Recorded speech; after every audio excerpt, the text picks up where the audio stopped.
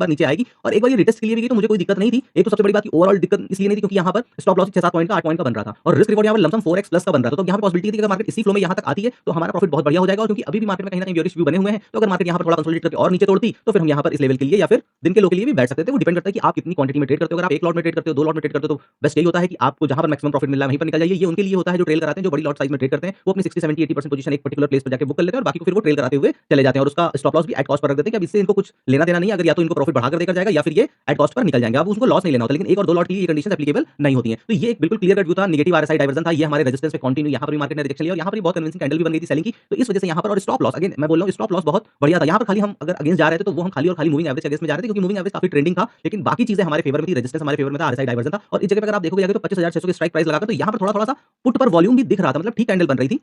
Previous इन candles के मुकाबले अगर आप पुट पर जाकर देखोगे तो वॉल्यूम की कैंडल भी ठीक-ठाक बनने लगी थी, तो एक पॉसिबिलिटी थी कि मार्केट यहाँ से एक जंप लेगा। हाँ, एक ही प्रीवियस ट्रेंड लाइन आ रही थी बॉडी टू बॉडी और वीक टू वीक, तो बस एक ये थोड़ा-सा डाउट लग रहा था कि हाँ, अगर मार्केट यहाँ पर आकर सपोर्ट लेकर चली जाएगी तो हम कुछ नहीं कर सकते। तो ऐसी कंडीशन के लिए स्टॉप लॉस होता है, लेकिन मैं हमेशा बोलता हूँ कि उन्हीं चीज़ों के ऊपर प्रैक्टिस करिए जो मार्केट में मल्टीपल टाइम रिपीट होती हैं। अगर आप डेली चार्ट उठाकर देखो तो आप देखोगे कि पिछले 1 महीने में, 2 महीने में, 3 महीने में मार्केट ने 300 प्लस कितने मूवमेंट किए हैं। आप अगर आप जब ये कंपैरिजन करना स्टार्ट कर दोगे या 400 प्लस कितने मूवमेंट किए हैं, तो वहाँ पर जब नंबर ऑफ डेज निकल कर आएँगे तब आपको समझ में आ जाएगा कि नहीं मोस्टली मार्केट 200 से 250 की रेंज में या फिर 150 से 200 और 200 से 250 की रेंज के बीच में ही चलती है। तो यानी कि सबसे बढ़िया रेंज में ही ट्रेड करने वाला होता है। तो मेरे हिसाब से सारी कंडीशंस मैच हो रही थी। इस लेवल तक अगर मैं लो से पकड़ता हूँ तो लो से इस जगह तक मार्केट ने तकरीबन 220 पॉइंट का मूव कर दिया था। तो पॉसिबिलिटी ये थी कि रेजिस्टेंस का एरिया है 600 पर बड़ी मात्रा में यहाँ पर कॉल राइटर्स भी बैठे हुए थे, तो एक झटके में निकालना मुश्किल था और बहुत लोग इस प्लेस पर बेयरिश भी हुए होंगे, इसीलिए आप ये 3 कैंडल बड़ी तेजी से नीचे आते हुए भी देख रहे हैं। लेकिन ये 0.786 के लेवल से सपोर्ट लेके फिर ये ऊपर की तरफ मार्केट हमारी निकल गई। यहाँ पर एक बहुत इंपॉर्टेंट चीज़ आपके साथ बोलना चाहूँगा कि जब भी इस तरीके से अगर आपके स्टॉप लॉस हिट होते हैं या कुछ भी होता है, तो आपको अपने एनालिसिस पे क्वेश्चन करने से अच्छा है सबसे पहले आपको ये देखना चाहिए कि इसने आपको अगर आपने 10 ट्रेड लिए हैं तो इसमें क्या इसने आपको कितनी बार प्रॉफिट दिया है।